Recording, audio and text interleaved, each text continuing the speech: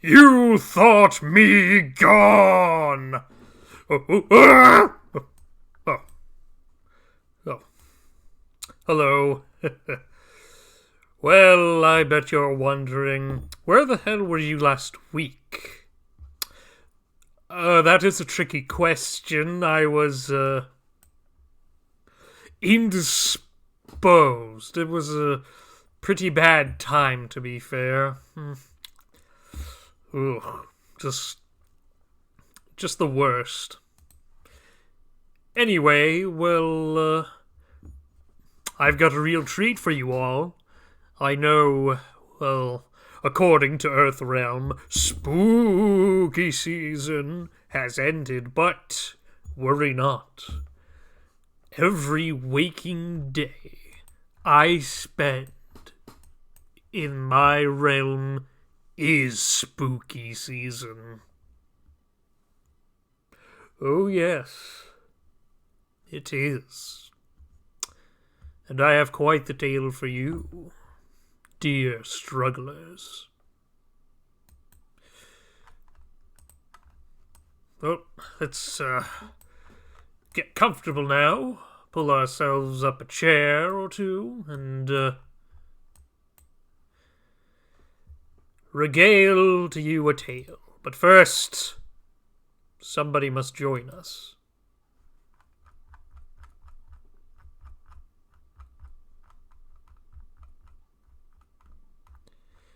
Alright, where... There he is.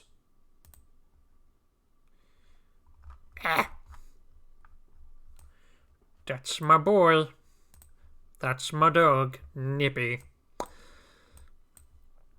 It's so good of him to be here.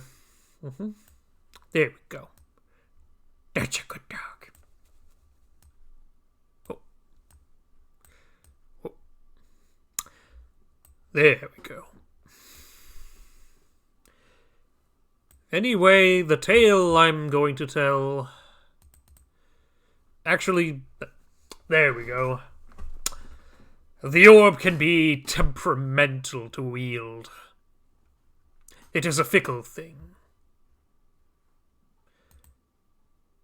But regardless of silly orbs and their so-called properties and whatnot, today's story will deal with how I first met Nippy and the horror I face on a near constant basis. I mean, it isn't all the time, but it does get intense. So listener discretion is advised. It'll get a little messy. So tonight, sit back and relax, and I shall regale to you a tale. The tale of Dawnstead's doom. The first feeling I can remember was biting cold. I couldn't feel my right arm, and it felt like there were pins in my left leg. I had awoken on a muddy field, my vision blurred by a constant, persistent fog. I could make out vague outlines in the distance, but I couldn't move. I tried to muster my strength, but my legs were sunken in the mud. My left arm was encumbered by stone debris, rubble I didn't know where from. I had coughed up blood before I could even take my first breath, a small feeling of relief quickly dispelled by agony.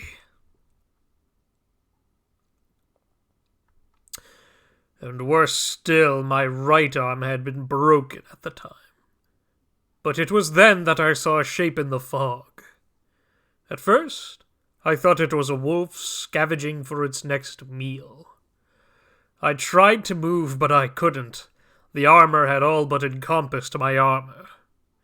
I knew this is the end, but I still struggled, attempting to break free of the earth. Then he emerged from the fog. You already know Nippy, my precious little friend over there. But then I thought he was honestly some apparition come to eat me. I mean, look at him. He's got snaggled teeth. Oh, I'm kidding. I could never be afraid of Nipple. Anyway, he looked much the same, but different. His fur at the time was matted, his eyes could pierce through the fog, and he had viable wounds through his fur. However, before I knew it, he simply nibbled on my hand, just to see if I was alive. At first, he leapt backward and growled, then, as if on a whim, started to dig out my left arm. I didn't think he'd aid me at all, that at best, I'd be left for dead. After my arm was freed from the debris, I dug out my legs from the mud, with Nippy's help, of course. Pulling myself up hurt like hell, and I just gritted my teeth and tried to fight through the pain. It was slow, and I nearly collapsed twice, but I stood up finally. The fog lightened after a few minutes, and I caught a glimpse of my surroundings.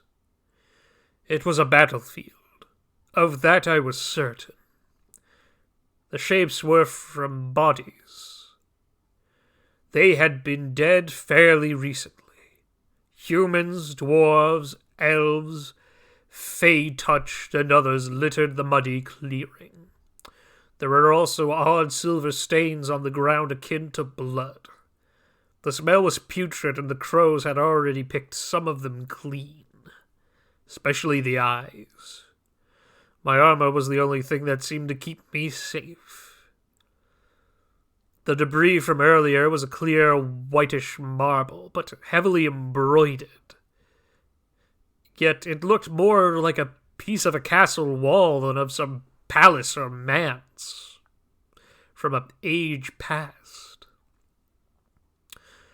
I walked away from the clearing, and I got a better picture of where I had awoken. It was a hole made of mud and debris surrounded by tall grass. A plain with a pockmark on it, if you will. It's easy to assume some sort of portal opened here and discharged the dead and I. I reflexively went for a scabbard to hack away at the grass, but I found nothing save for the hilt of a sword. You've seen it before, my blade. But it was not ignited, and I couldn't figure out how to use it, so for the time being, it was simply just a hilt.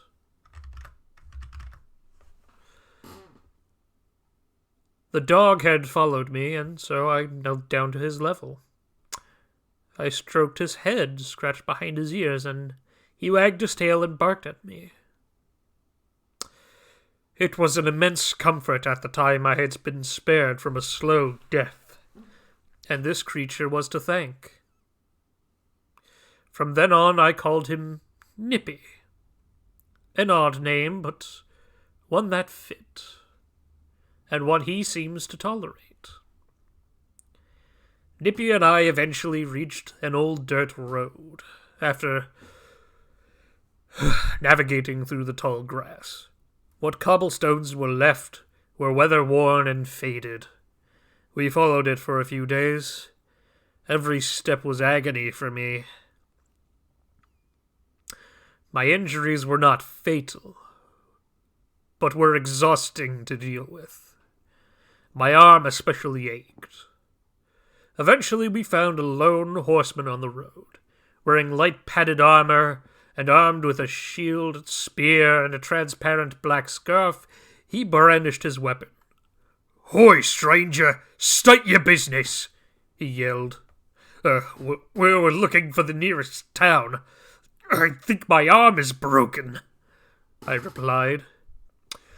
Shite, mate, say no more. Nearest town is Dawnstead. The apothecary there can patch you up. It's about a day's march away, too. Any further and you'd likely be dead.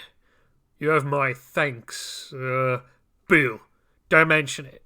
Mercenaries, even lordlings like yourselves, are bound to get in several bad scraps. Since His Majesty's passed, trouble's been stirring all over the damn land. Wait, what land are you talking about?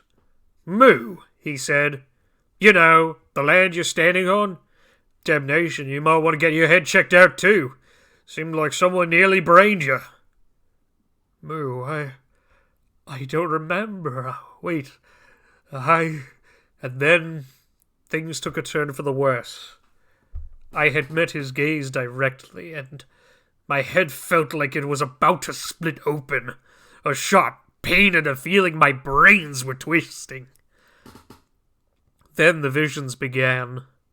I saw thousands of skittering, barbed legs scuttling across a large fleshy net. A purple miasma filled the air, and I gagged briefly. Chittering and chirping filled my ears as numerous bugs crawled upon my body. I desperately clawed away at them with my working arm, screaming out while doing so, and then I saw a yellow sign, just like the one I wear before finally coming to. By the time it was over, the road warden had ridden off. I could hear him screaming an awful hoarse cry. His scarf had blown off in his hurry to escape. I tried to run after him, but collapsed onto the ground. I had a few more dealings with travelers on my way to Dawnstead. They all ended the same way, screaming and maddened visions for us both. The rest was a blur for me. I was simply desperate and hungry to get there. While Nippy seemed to run off on occasion, he would return by my side, sometimes with a half-eaten air. Greedy dog, chasing after rabbits, but I couldn't stay mad at him for that. Eventually, we managed to reach the town. Excuse me for a moment.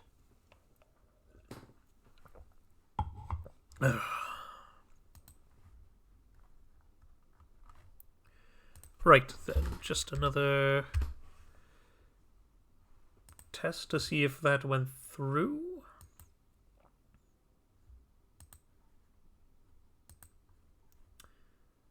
Oh, that's strange. Chat isn't appearing. I could have sworn I got this to work earlier.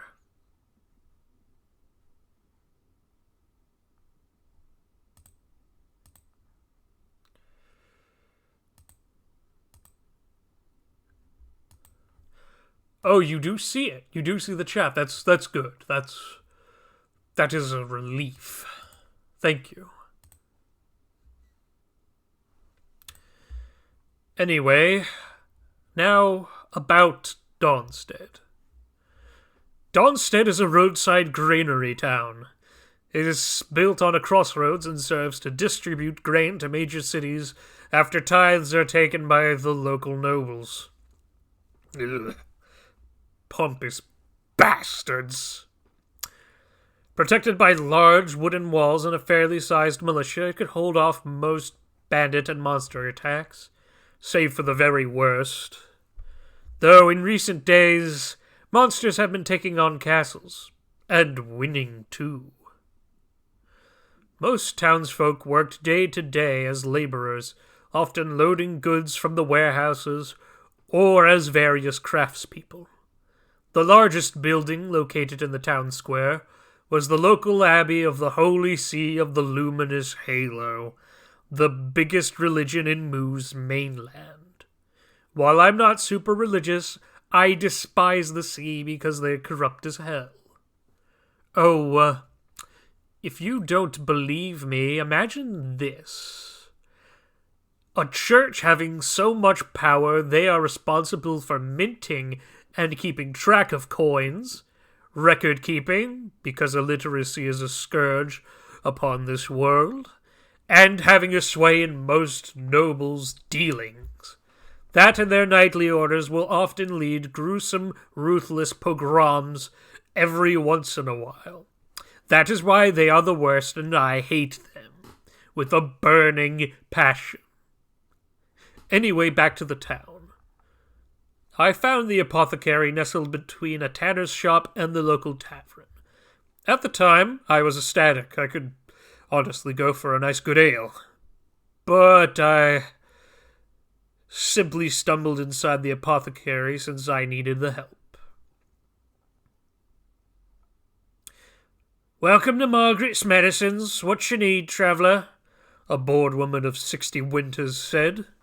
She was reading a book on anatomy from what I could tell at the time.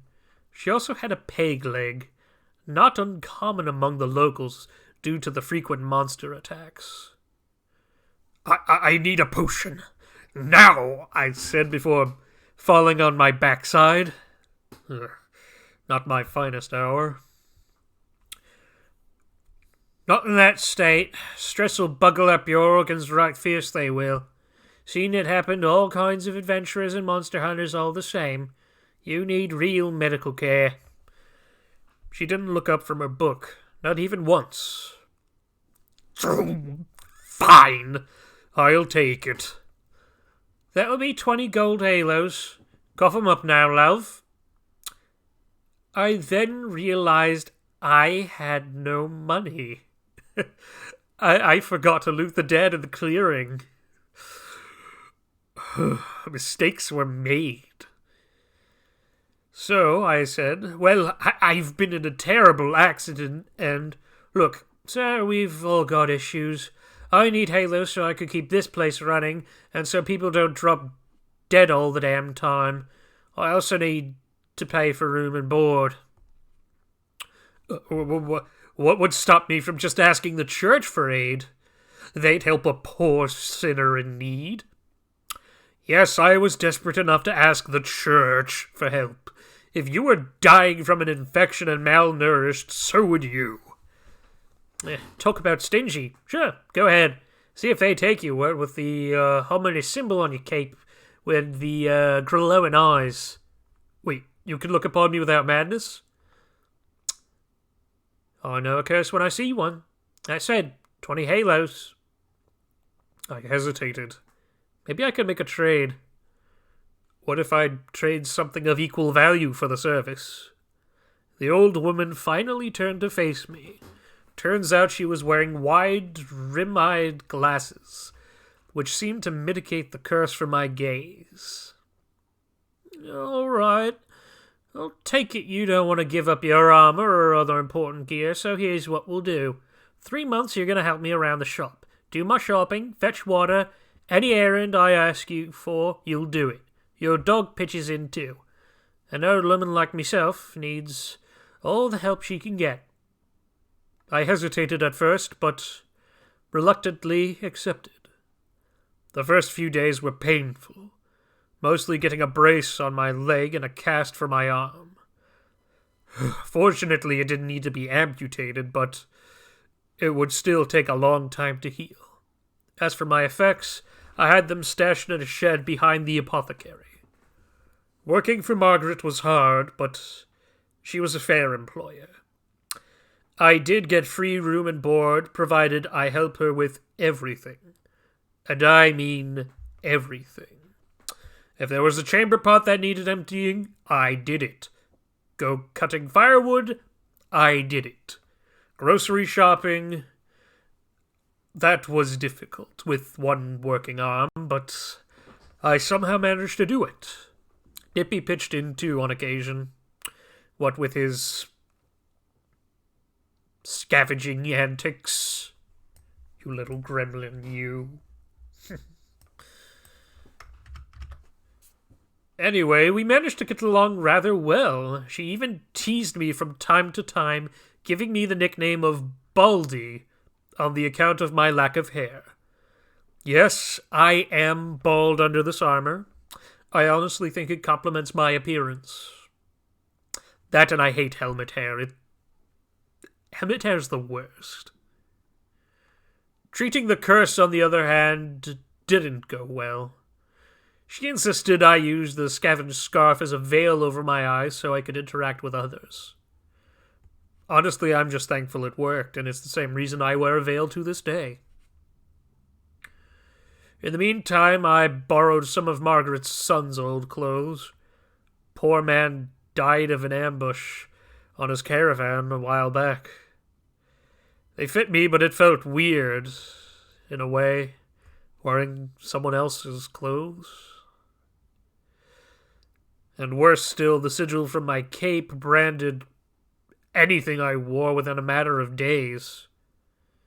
As for 2 months past, I healed and was basically a regular in the town, mostly keeping to myself and performing busy work during the day. My leg recovered, but my arm was still bound. Yet the worst thing of all were the nightmares. As the months pressed on, I dreamt of skittering sounds and grew ever more paranoid by the day that insects would eat me. On the bright side, some of my memories returned. Muscle reflexes, combat stances, and my current name from a vaguely remembered flubbed speech and subsequent mockery, Lord Derpathon, surprisingly struck. The townsfolk, while they thought me odd and kept me at an arm's length, tolerated Nippy and I enough. One day seemed just like any other. I had taken a nap by a stump after splitting firewood for a few hours. The nights had gotten more restless and my visions worse. The dreams that day were absent, though, and all seemed to go well. I was going to pick up a fresh pie from the bakery after I finished my chores. I honestly felt at peace with my surroundings. Working there in a village, it's honest work, but I felt fulfilled. Like I actually belonged in my own little spot in the village. That is, until I had trouble breathing. I awoke after feeling a sharp pain in the back of my neck, and I couldn't move. I felt something squishy and moist on the back of my head, and then long, spindly legs wrapped themselves around my face, sharpened points piercing my skin.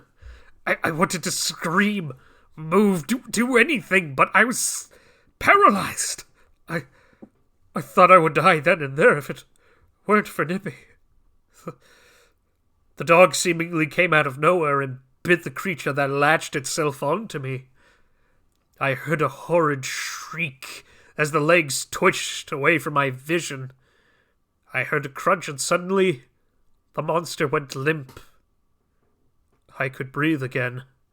I even vomited before standing back up to look at what had happened.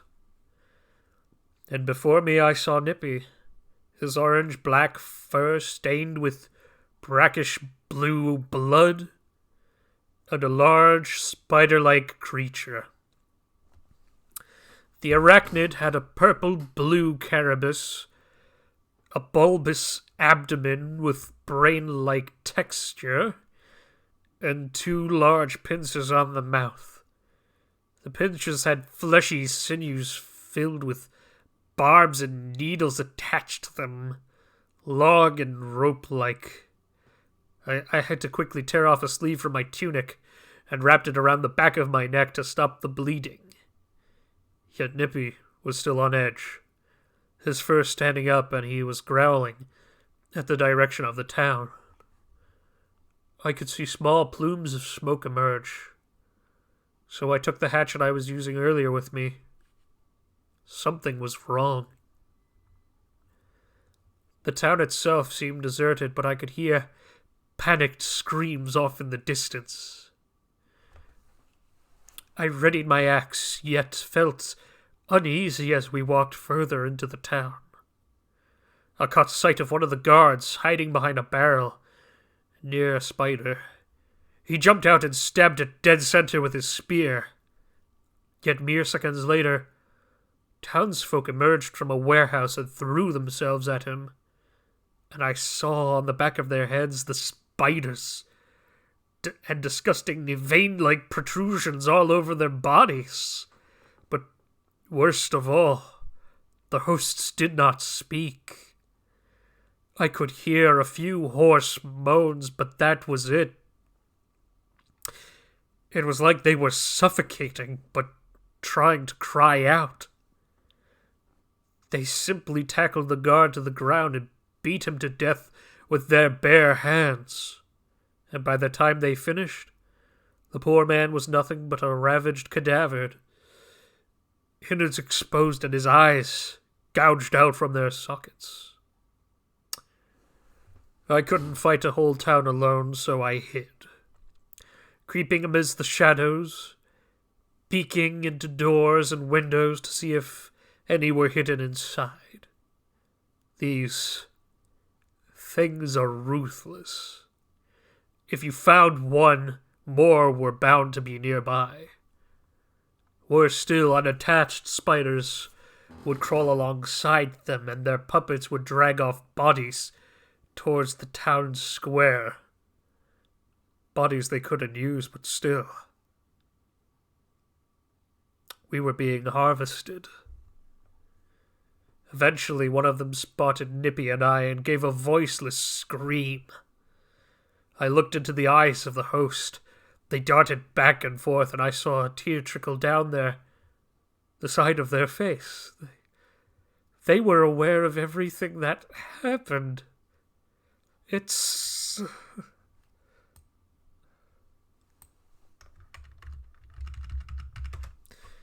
a fate no creature deserves. To become a puppet of some parasite while it eats you from the inside out. A wolf kills because it needs to live, and many of the monsters I have faced follow the same mindset. But it is mind-racking to witness such an invasion. The stuff from my very nightmares come true. As they gathered, I ran. Hoarse cries and horrible clicking sounds filled the air. One poor soul barred my way as I ran into an alley, with his arms outreached. I brought my axe down on him in an instant, the blade hitting the torso instead of the creature behind his head. But blood never spurted from the wound. They just grabbed me with both hands and pinned me against a wall. I even kneed them in the groin, but nothing happened. Not even a wail of pain. Needle-like tendrils emerged from its mouth, writhing and squirming in the open air.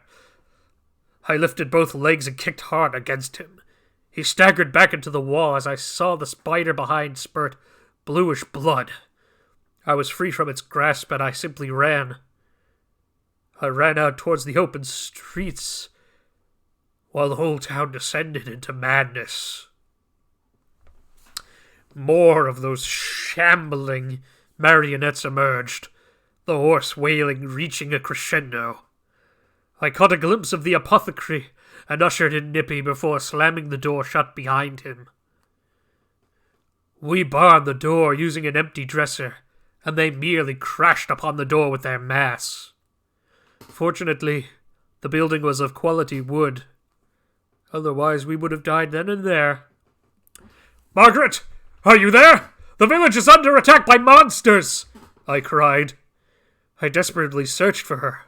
The store was a mess. Potions were spilled, the chest where Margaret's money was kept empty, and she was nowhere to be found. Until I headed upstairs, and then I caught a glimpse of her peg leg sticking through the door. She was splayed against the floor, her head bloodied and bludgeoned. I wept at the sight of her, but recomposed myself as I closed her eyes. She had held in her hand a crumpled page from a missing tome. The page held an image of the hilt I had, but with its blade attached. It read, To those who would wield the Great One's might, the blade Ethereum you must find. It holds many names: Sacred Tool of Kamhut, the Priest King, Instrument of Chaos, and Ulfhild's Bane. All who wield it are doomed, for no mortal can wield the power without the Gnosis Carapace. To do so is to invite insanity and a fate worse than death itself, for both were hidden away, never to be used again by mortal hands.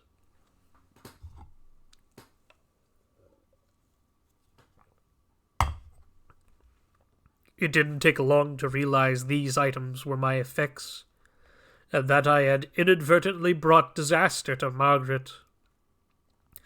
These creatures didn't kill her. Somebody wanted me dead, or what I had possessed. I was absolutely livid. But before I went to the shed, I put a blanket over Margaret's body and offer a prayer to the God of my ancestors to keep her soul from harm. As I reached the shed, I saw 2 hooded figures attempting to carry off the armor. "He yet lives! Kill him!" One drew a knife and rushed at me, only to have Nippy tackle him and tear out his throat. The other dropped the armor and fled off into the town, despite the madness that happened. I dragged my armor inside the shed before shutting the door, with Nippy following me behind as more possessed ran to the commotion. They started to batter the door. It wouldn't hold for long. I desperately searched the room, looking for something, anything that could help.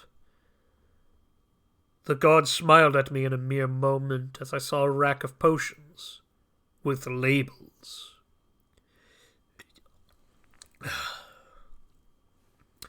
I took a health potion and immediately drank the draught. My body writhed in agony as my bones reset. My arm ached fierce. Its veins felt like it were on fire. The pain, while brief, faded, and I removed my splint, able to move my right arm freely again. I then set about donning my armor as the spiders broke through the door. Strangely enough, it was easy. The plates seemed to have a mind of their own as I strapped the armor on. I had gripped the hilt out of muscle memory as the monsters broke through the door. I was immediately tackled, and so was Nippy. One of their tendrils immediately stabbed at me, my armor taking the brunt of the blow, but I still winced at the sheer force of it. I then slammed my fist against his head, snapping 2 of the spider legs as blue blood spurted. The host reeled backwards, and I pressed the attack, screaming and grabbing the spider. I dug metal fingertips into its body as it shrieked. Yet another puppet tackled me and helped its ally up. I held out my sword hilt almost on reflex and swung at the beast. I pictured the blade in my mind, and for that moment I had focused on that thought, and suddenly an orange-yellow blade emerged, and I carved through the 2 of them in an instant. Nippy struggled with his foe, but I stuck my blade into the spider, popping it like a boil. Nippy seemed relieved, shaking himself of the blood. It was about time we took the fight to these beasts.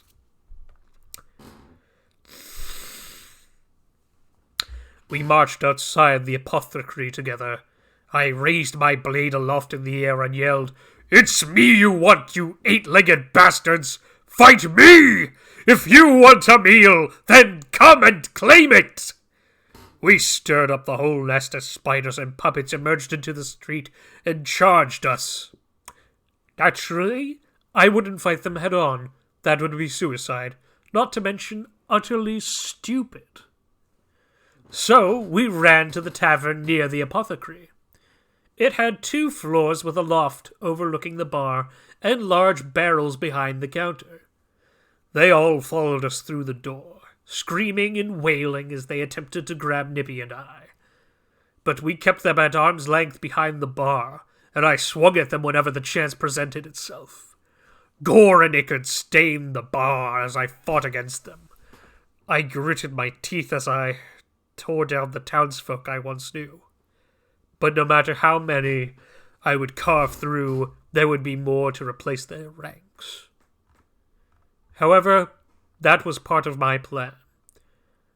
You see, the tavern held a particularly strong blend of vodka, kept in some of those barrels behind the counter. One I can't stomach, but could be used to light up the whole bar. The ceiling lantern was still lit, so I cut the rope holding it up while slashing into the barrels. The flame ignited the liquid, and I jumped on the countertop and leapt toward the stairs to the loft. Nippy managed to dart through the crowd as well as we reached the top. The spiders and their kin chased us. One managed to stab me with one of its tendrils in my face. I headbutted it, and fortunately my veil managed to keep the blood spurt from reaching my eyes. As the flames rose and hoarse cries turned to insectoid shrieks, I grabbed Nippy and jumped out the nearest window.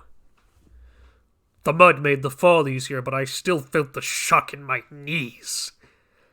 We both staggered away as the fire ignited the building, and the infected too were caught up in the blaze. We reached the town square after fighting less organized groups of the creatures. The abbey had been broken into fairly recently. The front gate was smashed in, and all the bodies the creatures were collecting were missing. It was then I heard a loud, unearthly hiss as a large leg crept through the door. What emerged before me was a hideous amalgamation of spider and human. Flesh fused together as sinews and bones creaked. The thing itself had 8 legs made out of mangled townsfolk, so desiccated they were unrecognizable, save for the looks of horror all their eyes held. It had only a center orb for a body, a grey matter mass with 8 eyes and 3 whip-like proboscises. And at the top of the body was the local abbot, white clergy robes stained with blood, his torso sewn onto the creature, holding aloft a holy symbol as this aura emerged from it. This creature was different.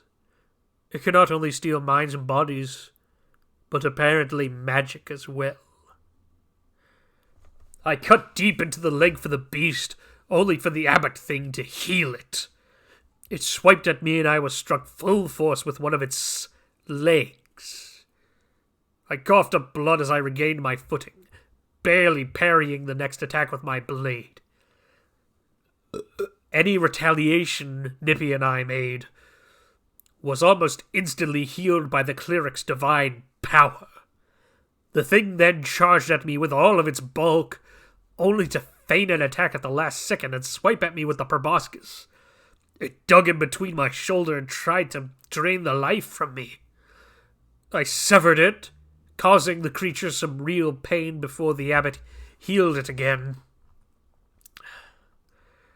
It was only a matter of time before the beast would overwhelm us. We wouldn't be able to rid it if we kept fighting it as we did. It'll just keep healing. So in desperation, I yelled out to the dog, "Nippy, if we keep this up, we're dead. We'll have to kill that damn priest and the body at the same time."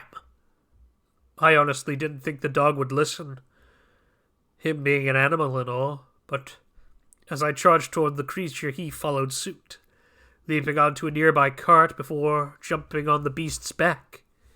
He bit into the abbot's throat as the man screamed and flailed, trying to shake him off. I took the opportunity, and even though I was gored by 2 of the proboscises, I managed to cleave the grey matter body and sunder 3 of the legs from it. We were both drenched in gore and blood as the thing toppled. My sword dissipated and I collapsed. But the creature was gone. After I regained my composure, I saw inside the abbey a disturbing sight. Spiders were moving to and fro from a great wound in reality. It bled out yellow energy and tendrils formed around it into a sigil, the same one I wear on my cape. Somehow my being here had caused this great tragedy. My curse had damned so many to a death they did not deserve. I approached the portal as if by instinct, Nippy killing any spider that ventured too close to me, and I stabbed it with my sword. With a twist, the portal was sealed, and I heard a great howl of rage from the plain beyond. The battle for Dawnstead was over, but it was a Pyrrhic victory. We spent the next few days searching for survivors. There were a few here and there. We also took the time to hunt any remaining spider hosts. Cut off from their home dimension, they were easily cornered and slain. I left the town after I had recovered from my wounds again, taking some of the abbey's gold, and since then I have been wandering this land. Because of my curse, I am a nomad, looking for clues to a past I barely remember while fighting the beasts of this world and others. But even though I am accursed, my body scarred and maimed, I am never alone. And I have Nippy to be thankful for that. And now, you, my dear struggler. This tale was personal for me. Dawnstead did not deserve what happened, but its tale need be retold regardless.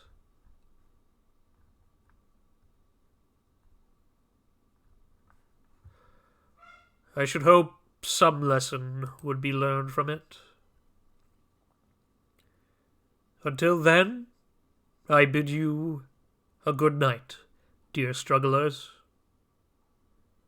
Take care and stay safe.